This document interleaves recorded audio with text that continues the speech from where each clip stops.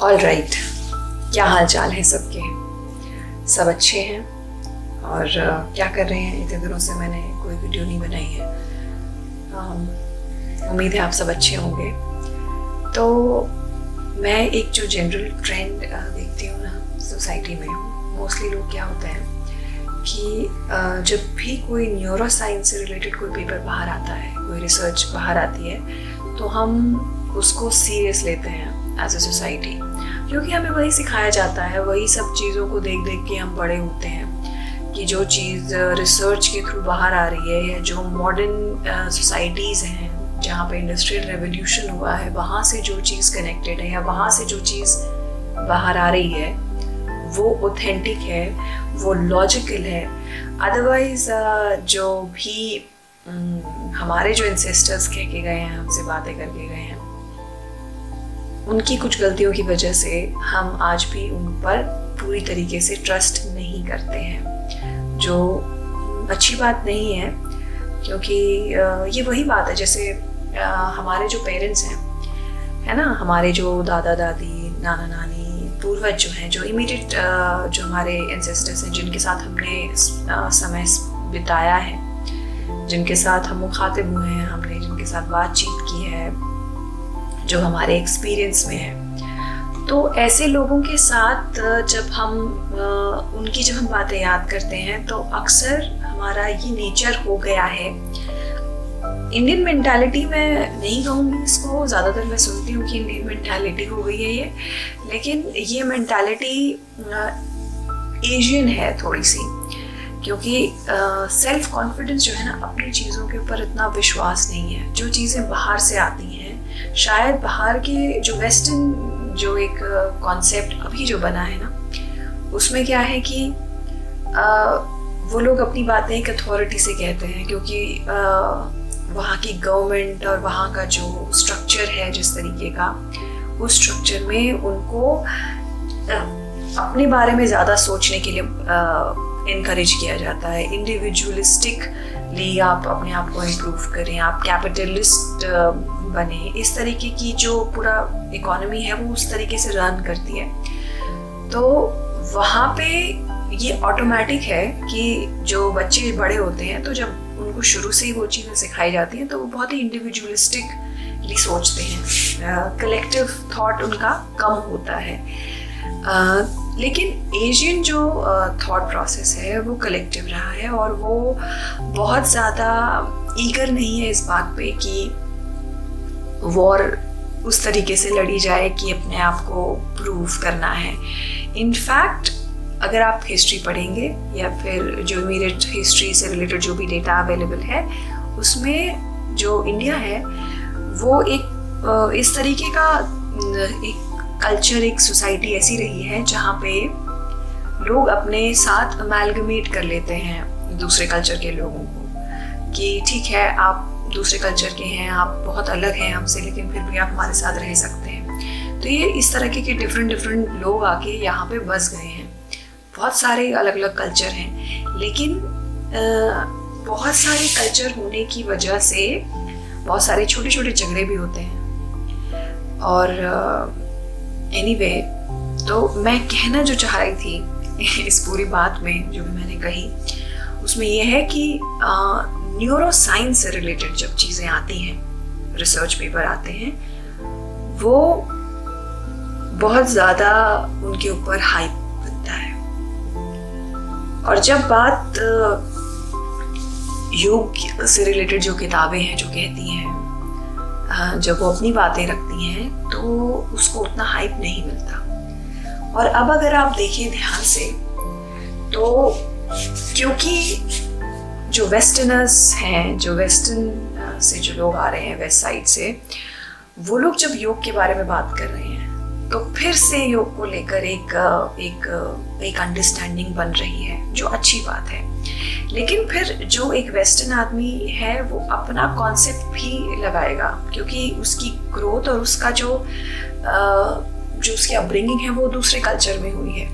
तो इसीलिए योग को अगर समझना है और उसका सही मतलब बाहर पूरी दुनिया तक आपको फैलाना है, तो मुझे लगता है कि जो यहाँ के लोग हैं उनको योगा के बारे में थोड़ा पढ़ना चाहिए। है ना, क्योंकि अगर वही अपनी चीज़ें नहीं समझेंगे और जब बाहर के उस एरिया से अलग जो लोग हैं वो आकर आपको उसी एरिया की पुरानी बातें बताएंगे, तो फिर से वो क्लैशेस हो सकते हैं, होते भी हैं। और इसीलिए योग को लेकर जो बहुत डिफरेंट इंटरप्रिटेशंस बन रहे हैं, एक कमर्शियल एंगल क्रिएट हो गया है योग को लेके, जबकि और वो कमर्शियल एंगल सिर्फ अगेन एंजाइटी ही दे रहा है, वो एक पीस नहीं क्रिएट कर रहा है सोसाइटी में। अलग से वो कंपटीशन क्रिएट कर रहा है कि आपको इतना ज़्यादा फ्लेक्सिबल होना है योगा के मार्केट में कि सामने वाला जो क्लाइंट है या जो पार्टिसिपेंट है वो आपको देखकर बहुत ही इम्प्रेस हो जाए। तो वो दौड़ जो शुरू हो गई है योग की पढ़ाई की, वो है कि क्लाइंट को कैसे हमें इम्प्रेस करना है। अगेन हम फिर से वो उस लूप में फंस रहे हैं जिससे हम बाहर निकलने की कोशिश कर रहे थे। सोसाइटी वही है कि बार बार हम उसी लूप में फंसते हैं एज अ सोसाइटी और एज एन इंडिविजुअल, कि हम बार उसी लूप में फंस के अपने पैटर्न्स रिपीट ही करते रहते हैं, इसीलिए हम उससे बाहर नहीं निकल पाते। एनीवे, तो न्यूरोसाइंस और योग, न्यूरोसाइंस जो आज कह रही है, न्यूरोप्लास्टिसिटी जो कह रही है, क्वांटम फिजिक्स जो कह रहा है, और कुछ और शब्द हैं यहाँ पे, नर्वस सिस्टम जो है हमारा, वेगस नर्व, तो ये जो चीज़ें हैं, ये brain chemistry, body mind connection, mindfulness, prefrontal cortex, pineal gland, pituitary gland, ये सब हार्मोनल बैलेंसेस, अवेयरनेस, सब चीज़ें योग ने ऑलरेडी बता दी है पहले से। योग की किताबें हम पढ़ेंगे तो उन सब किताबों में वही लिखा हुआ है। तो कहने का मतलब ये है कि अगर आप जहां भी हैं इस वक्त, जिस भी कंडीशन में हैं, आप सिर्फ दिन में अपने आप को 5 मिनट दें, क्योंकि जिस तरीके से समाज आगे चल रहा है, बढ़ रहा है, समय नहीं मिलने वाला है। अगर आप उसी सर्कल, उसी लूप में फंसेंगे, पैसा कमाने के, अमीर बनने के, सारे मटेरियल्स जुटाने के, एक्यूमुलेट करने के, जो कि गलत नहीं है, हमेशा हर इंसान को राइट है और सहूलियत भी चाहिए, हमें लेजर, प्लेजर, ये सब चाहिए। लेकिन अगर उस पैसे को अच्छे से इस्तेमाल करना है अपने लिए, पैसा इसलिए तो नहीं कमाना ना कि वो पैसा हम लग्जूरियस हॉस्पिटल में खर्चा करें, तो फिर तो कोई फायदा नहीं है। तो दिन में 5 मिनट से शुरू करें, अपने ऊपर ध्यान दें, बैठें एक जगह कहीं पर और अपनी सांस से शुरू करें।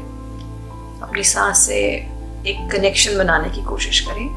पहले तो सिर्फ अवेयर हुए कि कैसे चल रही है सांसें, ऊपर नीचे, क्या स्पीड है, कहाँ तक पहुँच रही है। तो वो उसको एक बार समझने की कोशिश करें। जब पीस आएगा, ये जो ये एक्टिविटी करते हैं, इससे हमारी जो नर्वस सिस्टम है, न्यूरोसाइंस वाले, नर्वस सिस्टम काम डाउन होता है। जो यिंग यांग है हमारी बॉडी में, जो पैरासिम्पैथेटिक और सिंपैथेटिक नर्वस सिस्टम है ना, कि एक का काम है हमें अलर्ट करना, दूसरे का काम है हमें रेस्ट मोड में लेकर आना। तो मोस्टली आज का जो दौर है, इसमें हम एक्टिव रहते हैं। हमारा सिस्टम, नर्वस सिस्टम हमेशा fight and flight, alert, active, उस जोन में रहता है हमेशा। तो हम रेस्ट, जब रात को सोते भी हैं तो भी हमारा सिस्टम, हमारा माइंड कंप्लीटली वेल रेस्टेड नहीं हो पाता सुबह उठ के, इसीलिए वो एक टॉक्सिक सा लूप बन जाता है। तो इसीलिए सबसे पहले आप, जब भी आपको मौका मिले दिन में, और मौका आपको खुद निकालना भी पड़ेगा, क्योंकि after all we are talking about you, after all we are talking about our own health.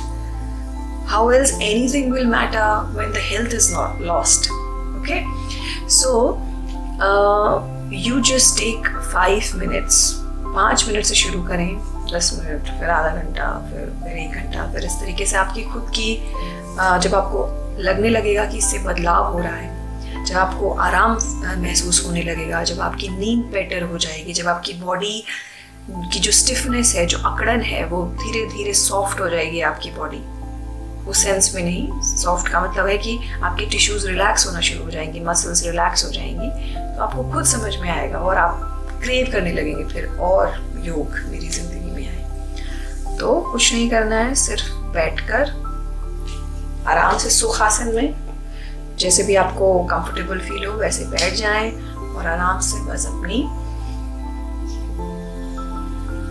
सांस को महसूस करें। बस सांस के ऊपर ध्यान दें कि सांस कैसे चल रही है।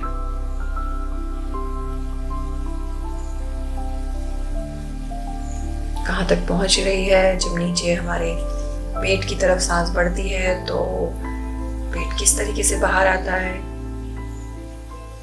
और फिर जब बाहर निकलने की कोशिश करती है सांस, तब पेट अंदर की तरफ जा रहा है। और ये जो स्पीड है सांस की, ये जितनी धीमी हो उतना अच्छा है। अभी आप ध्यान से देखेंगे तो आपकी सांस की जो स्पीड है वो तेज होगी और आपकी सांस शायद नीचे पेट तक जा ही नहीं रही होगी, शायद नाक तक होगी या गले तक होगी बस। इनसे और फिर ये डायरेक्टली रिलेटेड है हमारी लाइफ में, जो हमें बीमारियां होती हैं, जो एंजाइटी होती है, जो भी स्ट्रेस है, जो भी हमारी लाइफ में हम कंप्लीटली, हमारा माइंड थॉटफुल नहीं है, क्लियर थिंकिंग नहीं है हमारी, ये सारी चीज़ें जो है कंप्लीटली ब्रेथ से कनेक्टेड है। You have to permit yourself to feel better. Permit yourself to feel peace. You deserve it. तो ये ज़रूर आप करके देखिए और फिर आप मुझे बताइएगा कि आपको कैसा लगा। ओके?